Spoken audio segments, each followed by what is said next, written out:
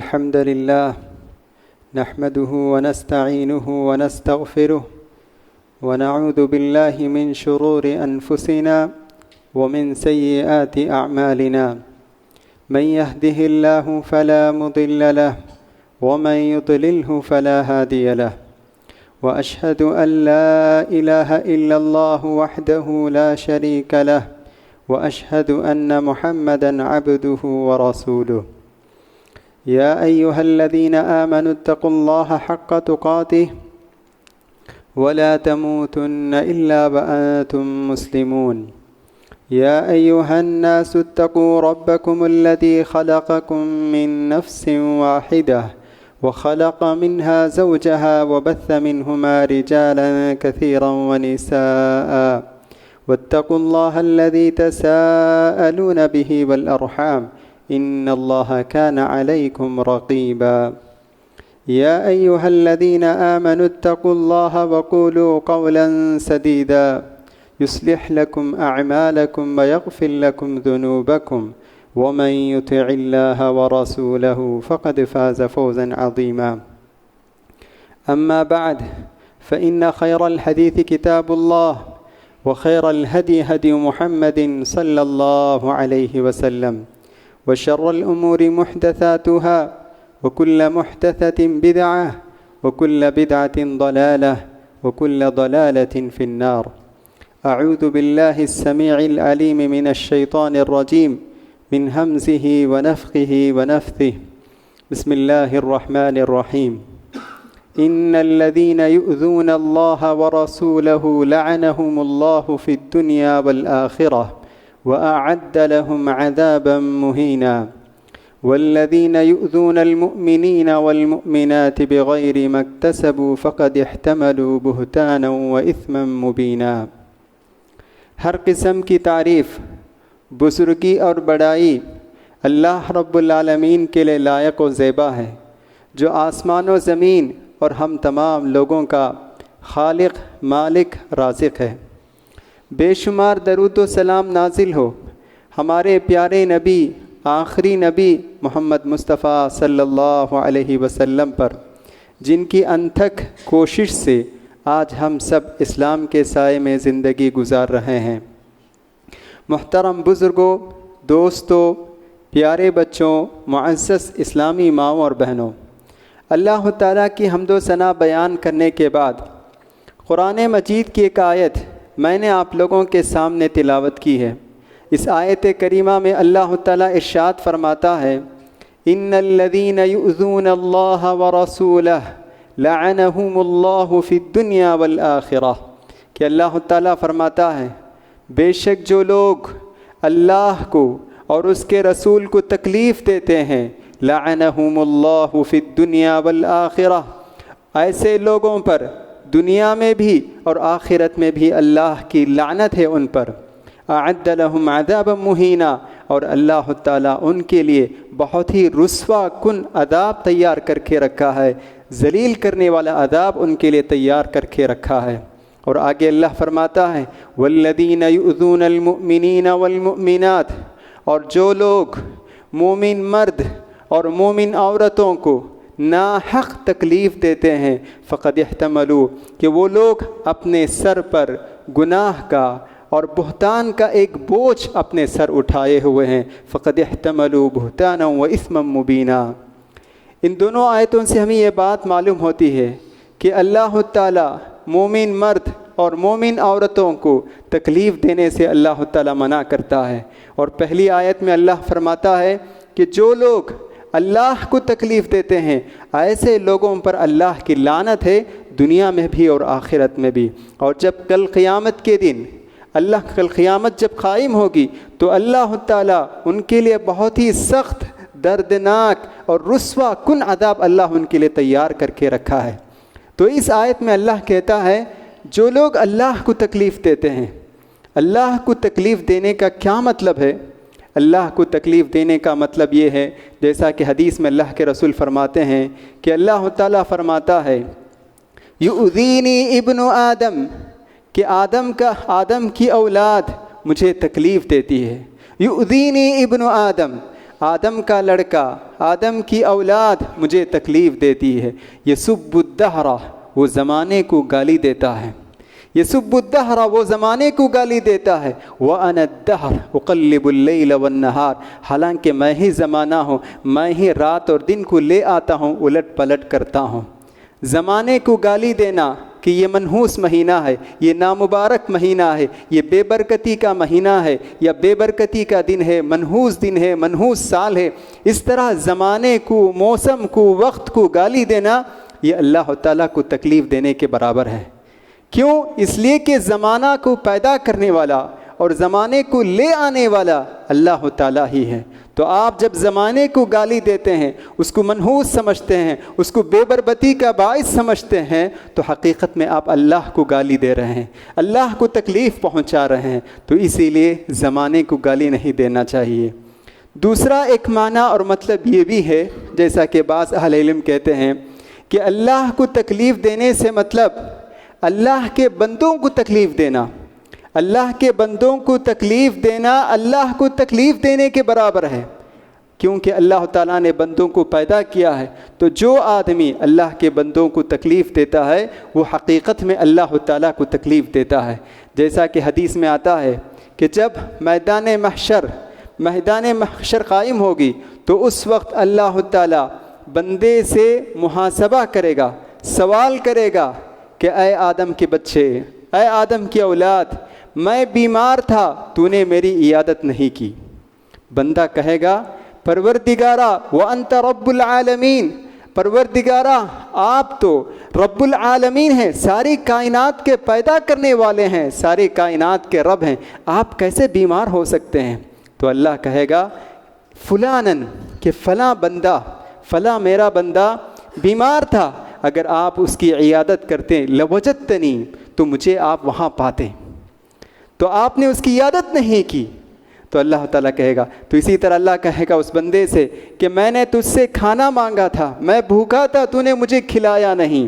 بندہ کہے گا وانت رب العالمین، کہ اے اللہ تو تو رب العالمین ہے، ساری کائنات کا پروردگار ہے، پیدا کرنے والا ہے، تو کیسے بھوکا ہو سکتا ہے، تجھے کیسے کھانے کی ضرورت ہو سکتی ہے؟ تو اللہ کہے گا ان فلانا استطعمک، کہ فلاں آدمی تجھ سے کھانا مانگا تھا، تم نے اس کو کھانا نہیں دیا، اگر تم اس کو دیتے تو مجھے وہاں پاتے۔ تو اس طرح بندوں کے کام نہ آنا، ان کی تکلیف کو دور کرنے میں حصہ نہ لینا، یہ بھی جو ہے بندوں کی تکلیف دینے کے برابر ہے، اللہ کو تکلیف دینے کے برابر ہے۔ اور اس کے بعد اللہ تعالیٰ فرماتا ہے کہ مومن مرد اور مومن عورتوں کو تکلیف نہیں دینا چاہیے، تکلیف کا باعث نہیں بننا چاہیے۔ کہ اللہ فرماتا ہے کہ اگر جو لوگ ناحق کسی بھی مرد آدمی کو، کسی بھی مومن مرد یا کسی بھی مومن عورت کو تکلیف کا باعث بنتے ہیں، کے لیے باعث بنتے ہیں، تو ایسے لوگوں کے لیے اللہ تعالیٰ بہت ہی عذاب تیار کر کے رکھا ہے۔ تو ایک مومن کو چاہیے، مومن مرد اور ایک مومن عورت کو چاہیے کہ ایسی زندگی گزارنا چاہیے، ہماری طرز زندگی ایسا طرز زندگی ہونا چاہیے جس سے کسی کو بھی تکلیف نہیں ہونی چاہیے۔ ایسے زندگی، ہمارا رویہ، ہمارا سلوک ایسا سلوک ہونا چاہیے کہ معاشرے میں، قوم میں، ملت میں، ملک میں کسی کو بھی تکلیف نہیں ہونی چاہیے، ماں باپ کو بھی تکلیف نہیں ہونی چاہیے، بہن بھائی کو بھی تکلیف نہیں ہونی چاہیے، رشتہ دار دوست احباب کو بھی تکلیف نہیں ہونی چاہیے، چاہے وہ غیر مسلم ہو، ہندو ہو، عیسائی ہو یا کوئی بھی مذہب کا ماننے والا ہو، کسی کو بھی ہم سے تکلیف نہیں ہونی چاہیے۔ یہی حقیقی مسلمان ہے، یہی حقیقی مومن کی پہچان ہے کہ وہ اپنے ذات سے کسی کے لیے تکلیف کا باعث نہیں بنتا ہے، وہ کسی کو دکھ نہیں دیتا ہے، وہ کسی کو ستاتا نہیں ہے، وہ میٹھی باتیں کرتا ہے، وہ ستانے والی، دکھ دینے والی، تنگ کرنے والی، پریشان کرنے والی باتیں نہیں کرتا ہے، بلکہ وہ ہر ایک کے لیے باعث رحمت ہوتا ہے۔ اس کا وجود، وہ آدمی سب کے لیے رحمت کا باعث بنتا ہے۔ وما ارسلناک الا رحمت للعالمین، قرآن مجید میں اللہ فرماتا ہے نبی کریم صلی اللہ علیہ وسلم کے تعلق سے، اے نبی ہم نے آپ کو ساری کائنات کے لیے رحمت بنا کر بھیجا ہے۔ تو ہمارے نبی رحمت ہیں، ہمارا قرآن رحمت ہے، ہمارا دین رحمت ہے، تو ہم دین رحمت کے پیروکار ہیں، دین رحمت کی اتباع کرنے والے ہیں، تو ہم بھی ساری قوم و ملت کے لیے رحمت کا باعث بننا چاہیے، کسی کے لیے تکلیف کا باعث نہیں بننا چاہیے۔ اللہ کے رسول صلی اللہ علیہ وسلم مومن کون ہے، مسلمان کون ہے، اس کی تعریف بیان کرتے ہیں، اس کا انٹروڈکشن دیتے ہیں، اس کی ڈیفینیشن بیان کرتے ہیں کہ مومن کون ہے، مسلمان کون ہے۔ جس کا رنگ سفید ہو وہ مسلمان ہے، یا جو عربی بولتا ہے وہ مسلمان ہے، نہیں۔ اللہ کے رسول فرماتے ہیں سچا مسلمان، کامل مسلمان، سب سے بہترین مسلمان آدمی وہ آدمی ہے المسلم من سلم المسلمون من لسانه ویدہ، کہ سب سے کامل مسلمان وہ آدمی ہے جو اپنے زبان سے اور اپنے ہاتھ سے کسی دوسرے مسلمان کو تکلیف نہیں دیتا ہے۔ جس کے ہاتھ اور زبان سے دوسرے مسلمان محفوظ رہیں وہی سچا اور کامل مسلمان ہے۔ تو سچا مسلمان کی علامت اللہ کے رسول کہتے ہیں کہ جو اپنے زبان اور ہاتھ سے دوسروں کو تکلیف نہ دیں، اپنے زبان سے کسی کو گالی نہ دیں، لعن طعن نہ کریں، طعنہ نہ دیں، اس کی تذلیل تحقیر نہ کریں، بلکہ اس کے لیے اس سے اچھی باتیں کریں، اس کو تکلیف نہ دیں، یہی سچا مسلمان ہے۔ اور دوسری حدیث میں اللہ کے رسول فرماتے ہیں المؤمن من امن الناس بوائقہ، مومن سے مراد مومن وہ ہے جس کی تکلیف سے، جس کے شر سے سارے لوگ محفوظ رہیں۔ دیکھیے الناس، اللہ کے رسول نے کہا سارے لوگ، چاہے وہ کسی بھی مذہب کے ماننے والے ہو، سارے لوگ اس کے شر سے، اس کی تکلیف سے محفوظ رہیں۔ تو مطلب یہ ہے کہ وہ کسی کے لیے تکلیف کا باعث نہیں بنتا ہے، سارے لوگوں کے لیے وہ رحمت کا باعث بنتا ہے، کسی کو دکھ نہیں دیتا ہے، کسی کو ستاتا نہیں ہے۔ تو محترم حضرات، تو یہ ہمارا مذہب ہے، کہ ہمارا مذہب ہمیں یہ سکھاتا ہے کہ ہم زندگی ایسی زندگی گزاریں جس سے کسی کو تکلیف نہیں ہونی چاہیے۔ اگر ہم اسکول میں کام کرتے ہیں یا کمپنی میں کام کرتے ہیں یا کہیں بھی ہم رہتے ہیں تو ایسی زندگی ہم گزاریں کہ کسی کو تکلیف کا باعث نہیں ہونی چاہیے۔ قرآن اور حدیث کا جب ہم مطالعہ کرتے ہیں تو ہمیں معلوم ہوتا ہے کہ اللہ تعالیٰ اور اللہ کے رسول صلی اللہ علیہ وسلم زندگی کے ہر مرحلے میں ایسے تعلیمات ہمیں عطا کیے ہیں کہ ان تعلیمات کا ہم بغور جائزہ لیتے ہیں تو ہمیں معلوم ہوتا ہے کہ اس کا مقصد یہ ہے کہ ہم دوسروں کو تکلیف نہ دیں۔ قرآن مجید کی تلاوت سب سے بہترین عبادت ہے، باعث اجر ثواب اور دخول جنت میں داخل ہونے کا ایک اہم ذریعہ ہے۔ پیارے نبی صلی اللہ علیہ وسلم کی بعثت کا ایک مشن آپ قرآن مجید کی تلاوت ہے، اتنی عظیم عبادت ہے۔ لیکن اللہ کے رسول صلی اللہ علیہ وسلم فرماتے ہیں کہ قرآن مجید کی تلاوت کرتے ہوئے بھی اتنی بلند آواز سے تلاوت نہ کرو کہ جو آدمی نماز پڑھ رہے ہیں کہیں ان کے لیے کوئی ڈسٹرب کا باعث بن جائے، ان کو تکلیف ہو جائے۔ سبحان اللہ۔ دیکھیے قرآن کی تلاوت کرتے ہوئے بھی دوسروں کا خیال کریں کہ کہیں ایسا نہ ہو کہ ہماری تلاوت کی آواز بہت بلند ہے اور اس سے دوسروں کو تکلیف ہو رہی ہے۔ تو اللہ کے رسول نے کہا جائز نہیں، لا يرفع بعضکم، کہ اللہ کے رسول نے کہا تم اتنی آواز بلند نہ کرو۔ اسی طرح اللہ کے رسول کہتے ہیں کہ اگر مجلس میں 3 آدمی ہو تو 2 آدمی تیسرے آدمی کو چھوڑ کر سرگوشی نہ کریں، کانا پوسی نہ کریں، کان میں بات نہ کریں۔ ممکن ہے کہ وہ دونوں اچھی بات ہی کہہ رہے ہوں، لیکن پھر بھی تیسرے آدمی کو تکلیف ہو سکتی ہے کہ وہ بدگمانی کر سکتا ہے کہ شاید یہ دونوں میرے ہی خلاف باتیں کر رہے ہیں، اس سے اس کو تکلیف ہو سکتی ہے۔ اس لیے مجلس میں اگر 3 آدمی ہیں تو 2 آدمی تیسرے کو چھوڑ کر کانا پوسی نہ کریں، کان میں بات نہ کریں، کیونکہ تیسرے کو تکلیف ہو سکتی ہے۔ دیکھیے سبحان اللہ، کیسے تعلیمات ہیں، دیکھیے کہ تکلیف نہیں ہونی چاہیے، کسی کو تکلیف نہیں۔ مجلس میں 3 آدمی ہو تو کانا پوسی کرنے سے منع کیا، 2 آدمی کریں اور تیسرے کو چھوڑ دیں۔ اسی طرح اللہ کے رسول نے فرمایا لا تسبوا الاموات، مردوں کو گالی مت دو۔ جو لوگ وفات پا چکے ہیں، گزر چکے ہیں، انتقال کر چکے ہیں، انہیں گالی مت دو۔ فإنهم قد أفضوا ما قدموا، اس لیے کہ جو کچھ انہوں نے کیا ہے وہ اس کا بدلہ وہاں پا چکے ہیں یا پانے والے ہیں۔ جو بھی رشتہ دار گزر چکے ہیں، اللہ کے رسول کہتے ہیں کہ تم ان کو گالی مت دو، کہ پردادا کو، دادا کو تم گالی مت دو، وفات پا چکے ہیں، جو کچھ انہوں نے عمل کیا ہے اس کا عمل وہ اگر اچھا ہے تو وہ اس کا بدلہ اللہ کے پاس پا لیں گے. اگر انہوں نے کوئی برا کیا ہے تو اللہ چاہے تو سزا دے سکتا ہے, اللہ چاہے تو معاف کر سکتا ہے. لیکن تم ان کو برا بلا مت کہو, تمہارے دادا ایسا تھے, تمہارے پردادا ایسا تھے, تمہارے نانا ایسا تھے, تمہارے پرنانا ایسا دھوکہ دیے. یہ سب باتیں نہیں کرنی چاہیے کہ جو کیے وہ گزر چکے, وہ اپنا بدلہ پانے والے ہیں. یہ حدیث بیان کرنے کے بعد ہمارے نبی فرماتے ہیں کیوں مردوں کو گالی نہیں دینا چاہیے؟ فتؤذوا الاحیاء, کیونکہ اگر تم مردوں کو گالی دو گے تو جو رشتہ دار جو وفات پا چکے ہیں, ان کے رشتہ دار جو ابھی باقاعدہ حیات ہیں, جو زندہ ہیں, ان کو تکلیف ہوگی. میرے پردادا کو اگر آپ گالی دیتے ہیں کہ یہ ویسے تھے ایسے تھے تو اس سے مجھے تکلیف ہوگی, میرے خاندان والوں کو تکلیف ہوگی. تو اس لیے اللہ کے رسول نے کہا جو وفات پا چکے ہیں تم انہیں گالی مت دو. سبحان اللہ, کہاں تک اسلام میں اس کا لحاظ رکھا گیا ہے کہ ہم دوسروں کے لیے تکلیف کا باعث نہ بنیں. اسی طرح اللہ کے رسول نے کہا اتقوا اللعانین, اے لوگو دو لعنت کی چیزوں سے بچو, دو لعنت کی چیزوں سے بچو, یعنی دو لعنت کے سبب بننے والی چیزوں سے بچو. تو اللہ کے رسول سے پوچھا گیا کیا چیز ہے؟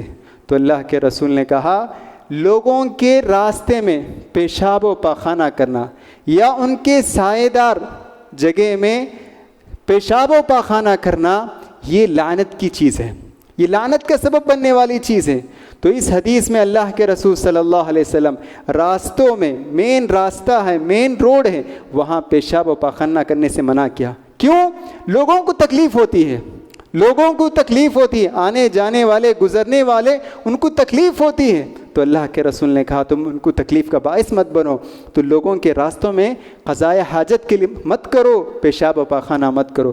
دیکھیے کہاں تک اسلام میں اس کا خیال رکھا گیا ہے. یہی نہیں, ایک حدیث میں اللہ کے رسول صلی اللہ علیہ وسلم فرماتے ہیں نیزہ لے کر تم بازار میں مت جاؤ, نیزہ لے کر بازار میں مت جاؤ, اگر لے کر جانا ضروری ہی ہے تو تم اس کے پھل پر ہاتھ رکھ لو, یعنی اس کی جو تیز نوک انی ہوتی ہے تم اس پھل پر تم ہاتھ رکھ لو اور پھر اس کے بعد تم بازار سے گزرو.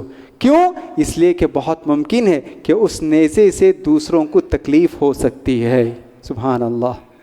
یہی نہیں, اللہ کے رسول صلی اللہ علیہ وسلم اور ایک حدیث میں فرماتے ہیں لا يحل لأحد ان يأخذ متاع اخيه لاعبا او جادا, کہ اللہ کے رسول فرماتے ہیں کسی آدمی کے لیے جائز نہیں, یہ حلال نہیں ہے کہ وہ دوسرے بھائی کا سامان لے لیں یا ہنسی مذاق میں یا سنجیدہ طور پر.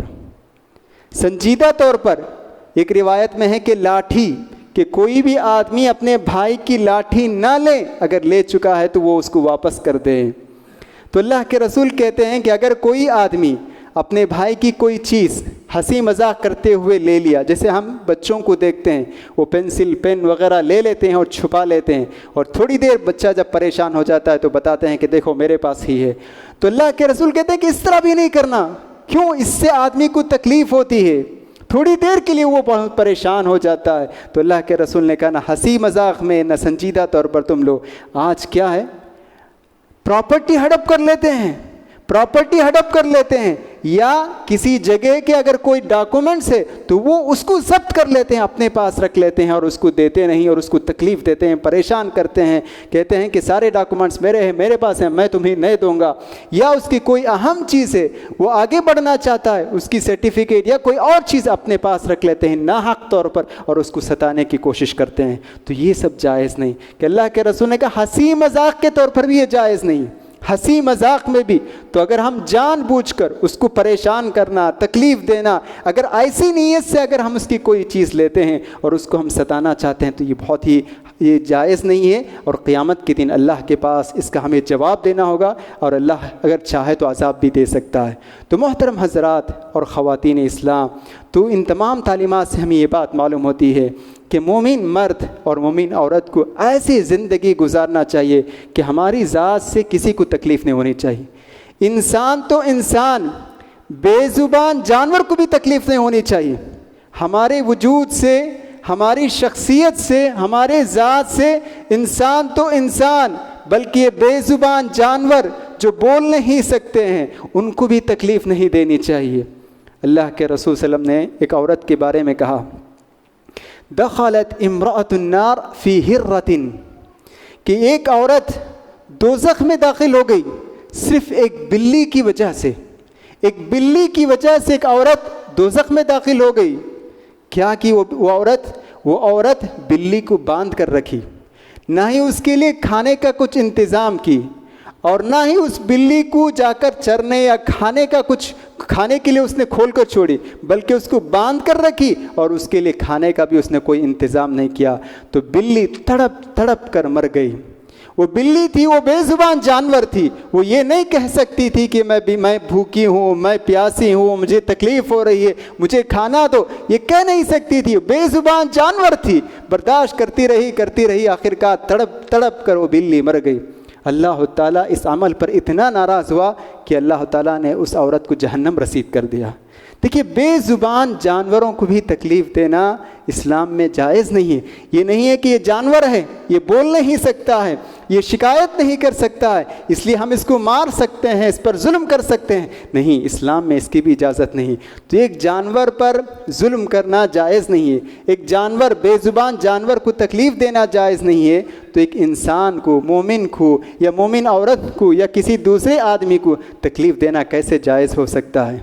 تو محترم حضرات، تو تکلیف نہیں دینی چاہیے. دیکھیے، اگر آدمی تکلیف دیتا ہے تو اس کی عبادتیں بھی بیکار ہو جاتی ہیں. آدمی کتنا بھی نیک ہو، تہجد گزار ہو، 5 وقتہ نماز کا پابند ہو، نفل روزوں کا اہتمام کرنے والا ہو، لیکن اگر کوئی آدمی تکلیف دینے والا ہے، لوگوں کو تکلیف دیتا ہے، لوگوں پر ظلم کرتا ہے، تو اس کی عبادتیں بھی اس کے لیے فائدہ مند نہیں ہیں. اللہ کے رسول صلی اللہ علیہ وسلم کے پاس 2 عورتوں کا ذکر کیا گیا کہ اللہ کے رسول، ایک عورت ایسی ہے جو بہت نمازیں پڑھتی ہے، صدقہ اور خیرات بھی کرتی ہے، فرض نمازیں بھی پڑھتی ہے، روزہ بھی رکھتی ہے، نفل نمازیں بھی پڑھتی ہے، لیکن تؤذی جارہا بلسانہا، لیکن وہ اپنی زبان سے پڑوسی کو تکلیف دیتی ہے. وہ اپنی زبان سے پڑوسی کو تکلیف دیتی ہے. تو اللہ کے رسول صلی اللہ علیہ وسلم نے کہا، لا خیر فیہا، اس عورت میں کوئی خیر نہیں ہے، اس عورت میں کوئی بھلائی کی بات نہیں ہے. اور آگے آپ نے فرمایا، ہی فی النار، یہ عورت باوجود یہ کہ وہ نماز پڑھنے والی ہے، روزہ رکھنے والی ہے، صدقہ کرنے والی ہے، لیکن اپنے پڑوسی کو تکلیف دینے کی وجہ سے وہ جہنم میں جائے گی.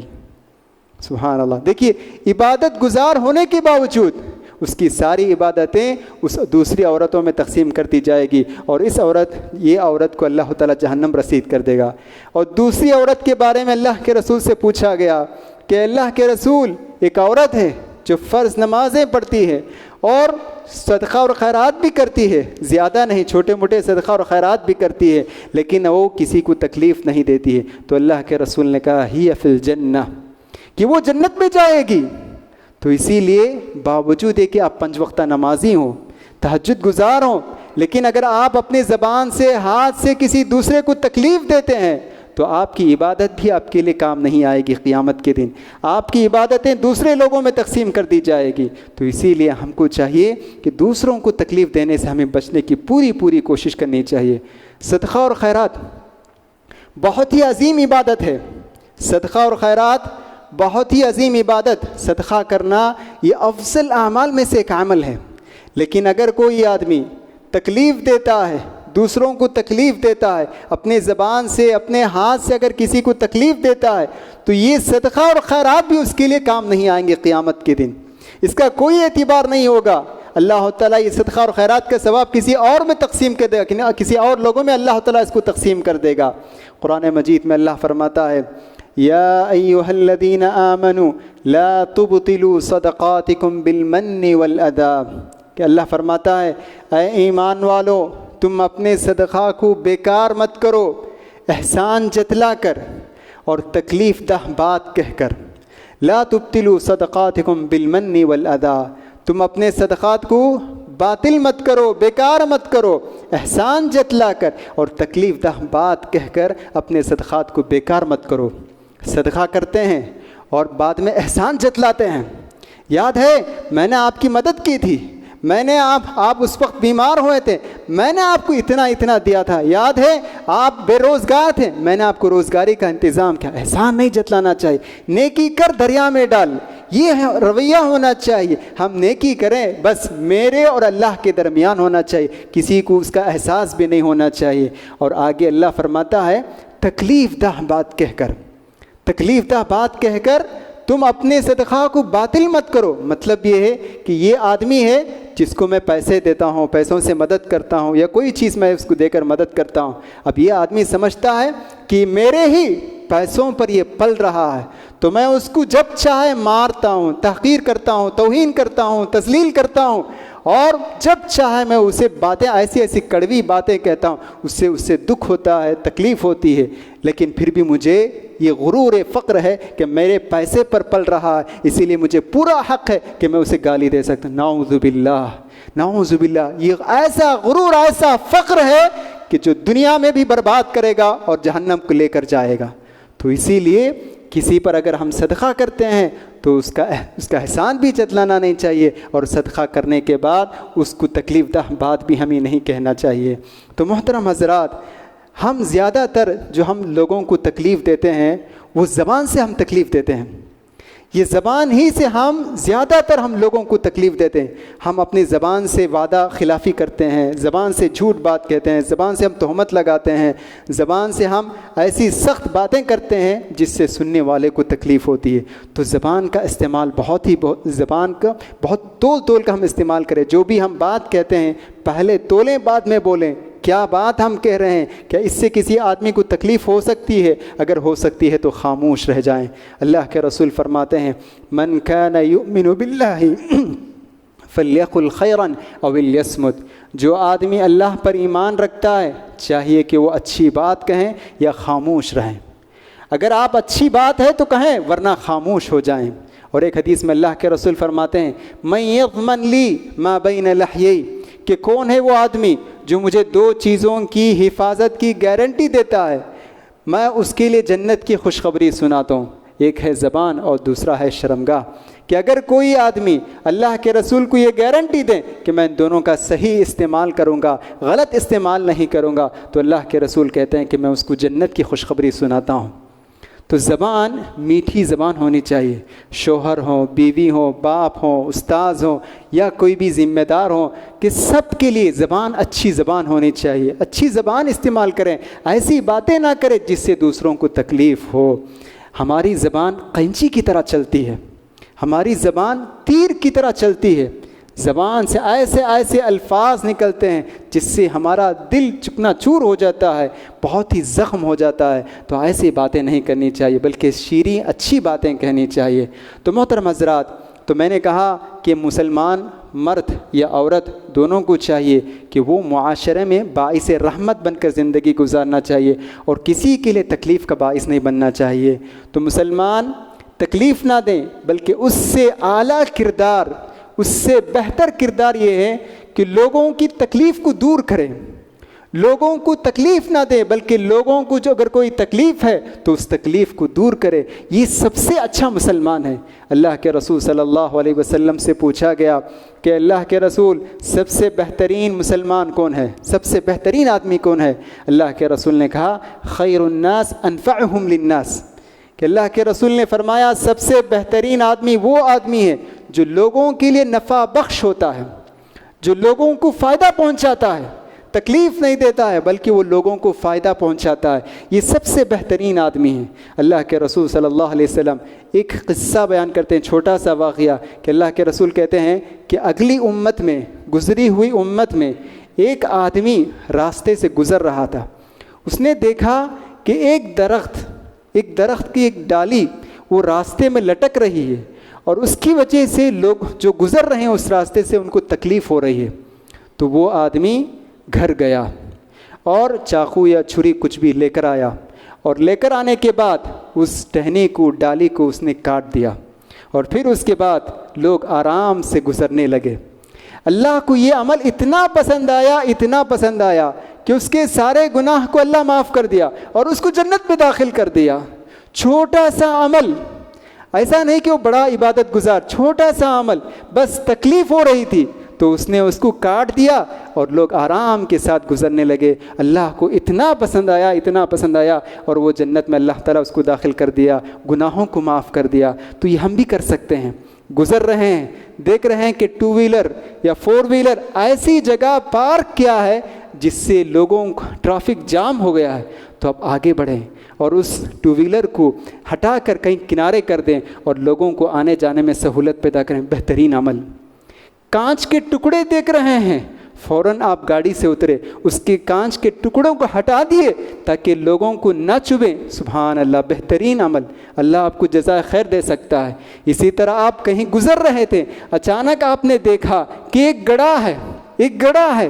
آپ نے سوچا اگر یہ گڑھا ایسے ہی چھوڑ دیں تو ممکن ہے کہ کوئی آنے جانے والا اس گڑھے میں گر سکتا ہے، تو فوراً آپ آگے بڑھتے ہیں، اس گڑھے کو بند کر دیتے ہیں تاکہ کسی کو کوئی تکلیف نہ ہو۔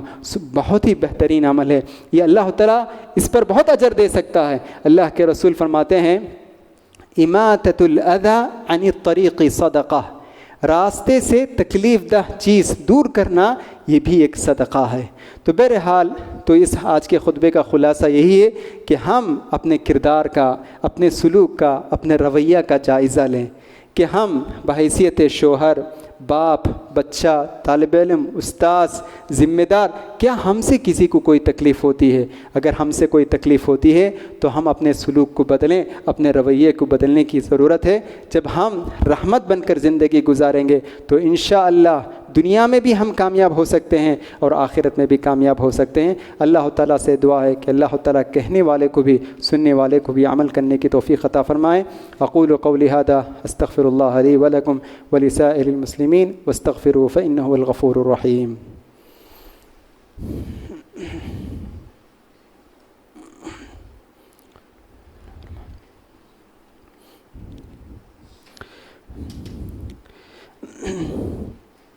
إن الحمد لله نحمده ونستعينه ونستغفره ونعوذ بالله من شرور أنفسنا ومن سيئات أعمالنا، من يهده الله فلا مضل له ومن يضلله فلا هادي له، وأشهد أن لا إله إلا الله وحده لا شريك له، وأشهد أن محمدا عبده ورسوله۔ ربنا آتنا في الدنيا حسنة وفي الآخرة حسنة وقنا عذاب النار۔ ربنا ظلمنا أنفسنا وإن لم تغفر لنا وترحمنا لنكونن من الخاسرين۔ اللهم إنا نسألك الهدى والتقى والعفاف والغنى، اللهم اكفنا بحلالك عن حرامك وأغننا بفضلك عمن سواك۔ إن الله وملائكته يصلون على النبي يا أيها الذين آمنوا صلوا عليه وسلموا تسليما۔ اللهم صل على محمد وعلى آل محمد كما صليت على إبراهيم وعلى آل إبراهيم إنك حميد مجيد۔ اللهم بارك على محمد وعلى آل محمد كما باركت على إبراهيم وعلى آل إبراهيم إنك حميد مجيد۔ إن الله يأمر بالعدل والإحسان وإيتاء ذي القربى وينهى عن الفحشاء والمنكر والبغي يعظكم لعلكم تذكرون۔ اذكروا الله يذكركم ولذكر الله أكبر وعز وجل وأتم وأكبر والله يعلم ما تصنعون۔